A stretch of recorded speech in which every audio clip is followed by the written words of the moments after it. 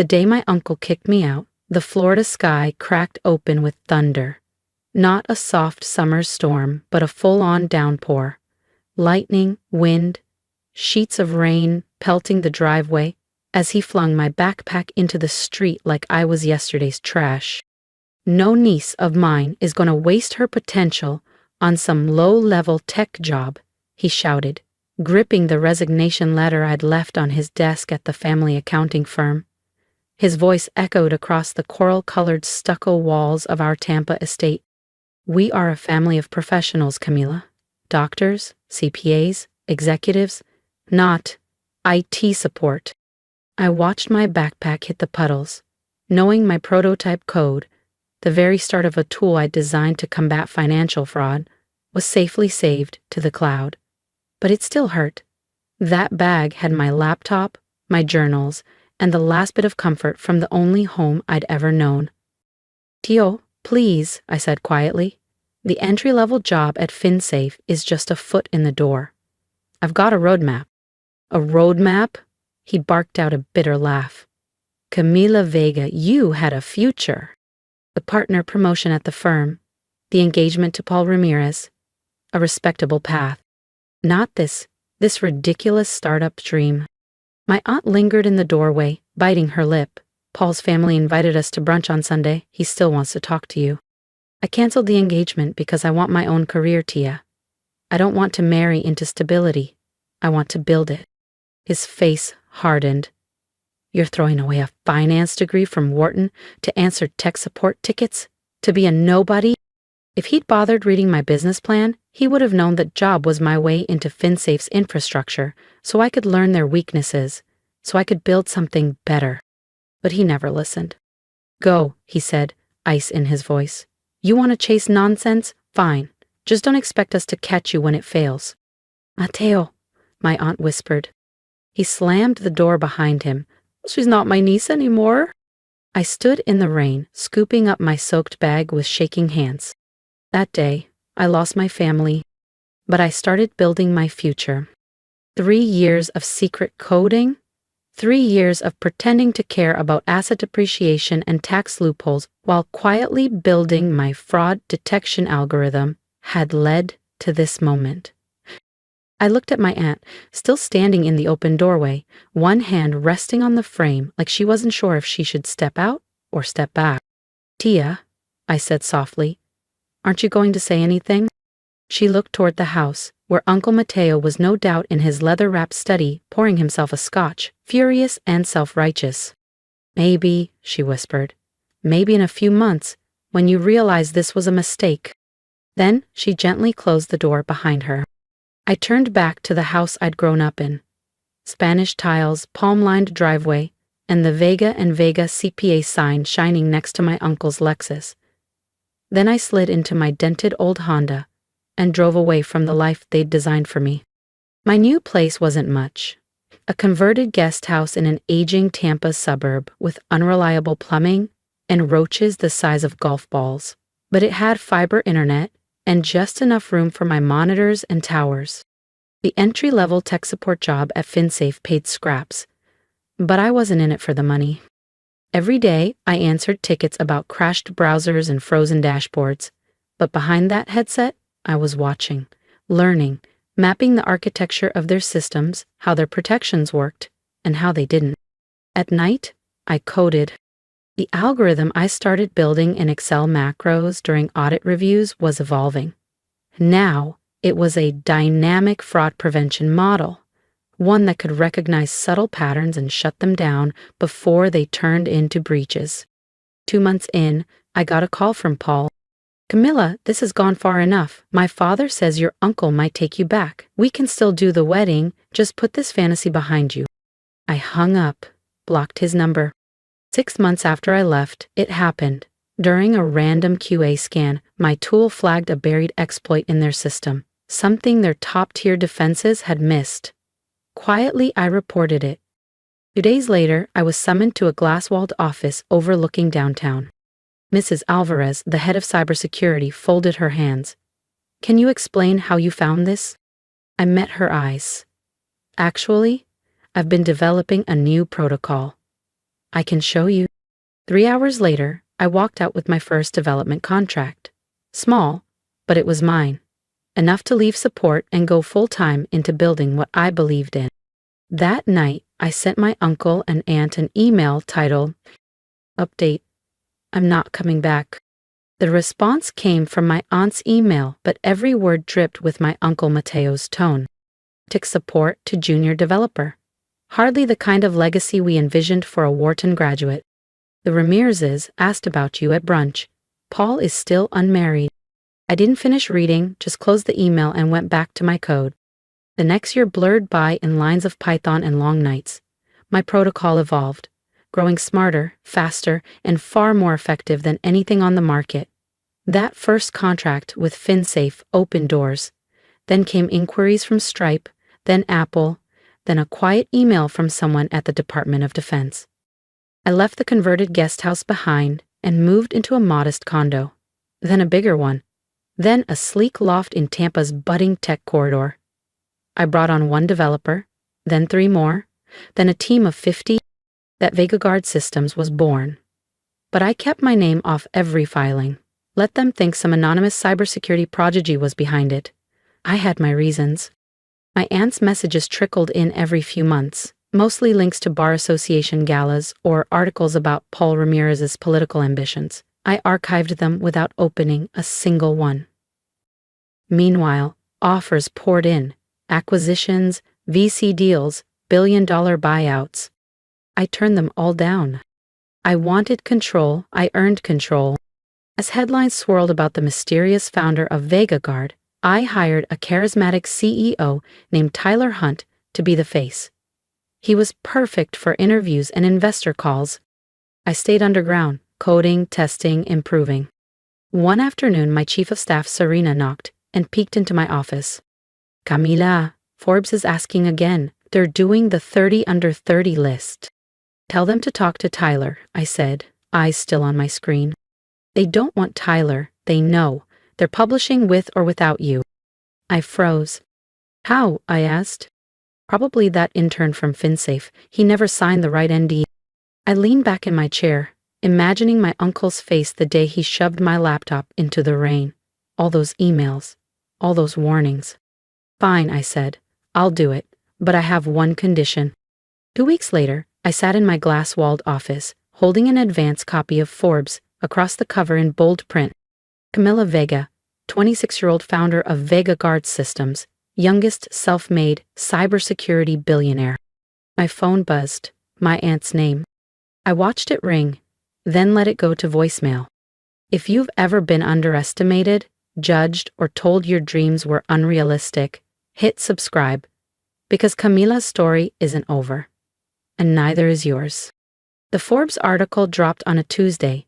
By Wednesday morning, Uncle Mateo's accounting firm had lost 3 of its biggest corporate clients to firms using modern cybersecurity solutions. By Thursday, they'd lost 5 more. My phone? It hadn't stopped buzzing. My aunt had called 37 times, my uncle 18. Even Paul Ramirez had tried messaging me on LinkedIn, no doubt after hearing his father's consulting group lost 2 contracts over security concerns. Friday morning, Serena popped her head into my office. "Camila, your uncle and aunt are downstairs." I glanced up from my workstation. "Here." "They ma brought back up," she said carefully. "The Ramirezes. Both senior and junior." Of course they had. This wasn't a family visit. This was business. Desperate, last-ditch business. "They're not on the schedule," I said, tightening the belt on my blazer. "No, but your uncle tried to strong-arm the security team with legal jargon. Your aunt's crying." I turned toward the window. 3 buildings now bore VegaGuard's logo. "Send them up," I said, "and activate Protocol Rosa." Protocol Rosa, my personal favorite, was named after my grandmother, the only one who believed in me. She secretly bought me my first computer. Now her name was tied to a live visual demonstration of every breach we'd prevented in the last 24 hours. As the elevator climbed to the 30th floor, screens across my office lit up in sync. Attack maps, defense logs, live comparisons between compromised firms and our protected partners. The doors opened. Uncle Mateo barged in first, gripping Forbes like a legal brief. My aunt trailed behind, eyes red and tearful. The Ramirezes followed, stiff and uneasy. "How dare you," Mateo barked. "How dare you humiliate this family like this?" "Humiliate?" I asked, eyes calm. "By creating a billion-dollar company that protects firms like yours from hemorrhaging clients? Do go on." "You lied to us?" my aunt cried. "All this time, pretending to be some IT assistant?" "I never lied. You just never asked." I glanced at Paul, too busy forwarding articles about Paul's career or pushing brunch invites to notice what I was building. Paul stepped forward, smile rehearsed. "Camila, come on. Maybe we can realign our goals, merge our interests." "A merger," I echoed, then gestured at the glowing displays. "No one skips the audit," I said, "not even family." I smiled. Cool. Measured. Even for family there were limits. "We're not just any potential clients," Uncle Mateo snapped. "We're your family. You owe us." I rose from my chair slowly. "Do I?" I walked around my desk, facing him directly. "Let's talk about what I owe you. Should we start with the day you tossed my things into the rain? Or maybe when you told everyone at the Gulf Shore Country Club I was having a breakdown? Or how about when you tried to have me declared legally incompetent just so I couldn't touch my trust fund?" His face darkened. "That was for your own good. You were throwing away a future." "A future you planned," I said, pressing a button on my desk. The screens behind me shifted, now showing VegaGuard's real-time stock value and total market valuation. The numbers blinked, bold and impossible to ignore. "You mean this?" I gestured. "The company valued higher than every accounting firm in this city combined? The system protecting 80% of Fortune 500s? The technology behind a new $2 billion 0 cents federal contract?" My aunt collapsed into a chair, her silk scarf balled in her hand. "But why didn't you tell us?" "Were you really going to listen?" I asked, folding my arms. I remember clearly. Uncle Mateo said I wasn't his niece anymore, that no family of his worked in IT. "That was 3 years ago," she whispered. "We were worried." "No, you were worried about appearances. About the broken engagement with Paul? And what the neighborhood would say." Paul stepped forward, still trying to salvage his charm. "Camila, we can move past that. Let's grab dinner, talk it over." I hit another button. A contract appeared on the wall-sized screen. "This is VegaGuard's standard audit agreement," I said calmly. "If your firms want to work with us, you'll sign this. The fee is $50,000, 0 cents per audit, non-negotiable." "50,000?" Judge Ramirez stammered. "That's extortion." "Actually, it's a bargain," I replied. "Ask the clients you've lost." I returned to my desk. "Serena will send over the paperwork. Standard processing is 6 to 8 weeks." "Weeks?" Mateo shouted. "We're bleeding clients now." "You should have thought of that before dismissing cybersecurity as beneath you. Now, if you'll excuse me, I have a board meeting." "Camila Isabella Vega," my aunt said, her voice trembling. "This isn't over." "It is," I said, nodding to the security team near the elevator. "They'll show you out." "Oh, and that reserved parking spot at Vega and Vega? You might want to reassign it. The Vega name's got more weight in tech now." After they left, Serena brought in a fresh coffee. "Your aunt left this," she said, handing me an old photo. "She wanted to give it to you herself," Serena said, placing a small frame on my desk. "But she didn't have the courage." It was a photo of me at 12, hunched over my first computer in the corner of my grandparents' den, a gift from Abuela Rosa. I smiled. Of course. Uncle Mateo had hated it. "Computers will rot her brain," he'd scoffed. But Abuela Rosa had leaned in close and whispered, "Keep going, mija." Then she slipped me books about logic gates and C++ under the table at family dinners. "Some people build empires with spreadsheets," she'd told me. "You'll build yours with code." I propped the photo beside the Forbes cover on my desk. On one side, a 12-year-old girl dreaming in front of a clunky monitor. On the other, a woman who turned those dreams into billions.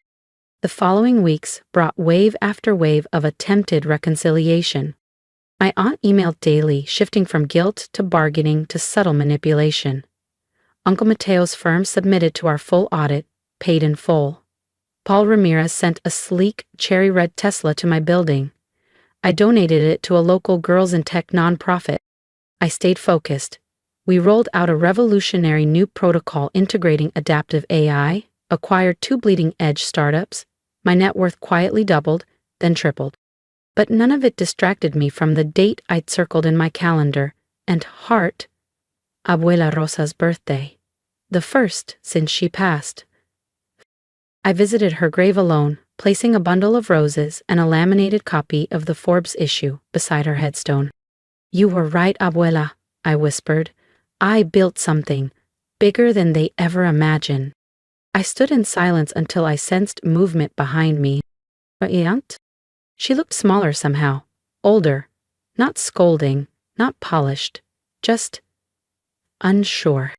"The roses," she said gently. "That computer was her idea." "I know," she insisted. "Said she saw something in you. I was against it, but she said you had fire, the kind she recognized." She held out another photograph. Abuela and me, both laughing, wires tangled between us. "She left this for you. And?" "A letter." She hesitated. "I was supposed to give it to you, if you ever succeeded. But I didn't think you would, not in tech." I unfolded the note in Abuela Rosa's looping script. "Mi Camila, if you're reading this, you've already proven them wrong. I always knew you. Your parents don't know," the letter read. "They never understood that true success isn't about following traditions. It's about creating new ones. Prove them wrong, mi niña brillante. Then prove them right about one thing, that you're still their daughter, even if you chose a different path. Love, Aina Abuela Rosa." I looked up at my aunt, really looked at her, for the first time in years. The tight perfection of her hair and pearls couldn't hide the weariness or the weight of regret behind her carefully curated posture. "I have a board meeting in an hour," I said, folding the letter with care and slipping it into my desk drawer. "But maybe we could get coffee next week. Just us?" Her eyes welled. "I'd like that." It wasn't forgiveness. Not yet. But maybe it was the start of something new. That evening, I added 2 things to my office wall. Abuela's letter, and the photo of us at my first computer. Between them, I framed a single page of code, the original build of the protocol that started it all. My phone buzzed. "Serena, your uncle's firm passed the audit. Approved the client agreement?" I glanced at the wall, 12-year-old me grinning at a CRT monitor. The Forbes cover. The letter that told me I'd make it, long before I did. Me. Add a clause. They have to update the parking permit first. VegaGuard Systems has a nice ring to it. Because sometimes success isn't about proving them wrong. Sometimes it's about proving yourself right. And sometimes, just sometimes, it's about building your own way home. Even if it takes a billion-dollar bridge to get there. If you've ever been underestimated, pushed aside, or told your dreams didn't matter, I hope my story reminded you that quiet strength is still strength. I built something powerful when no one believed in me, not to prove them wrong, but to prove me right. Leave a comment below. Share your story, your turning point, or simply a word of encouragement. I read them all. And if you're still in the middle of your journey, here's my advice. Trust your spark. Even when others can't see it, subscribe and stay with me, because we're just getting started, and I'm not done building yet.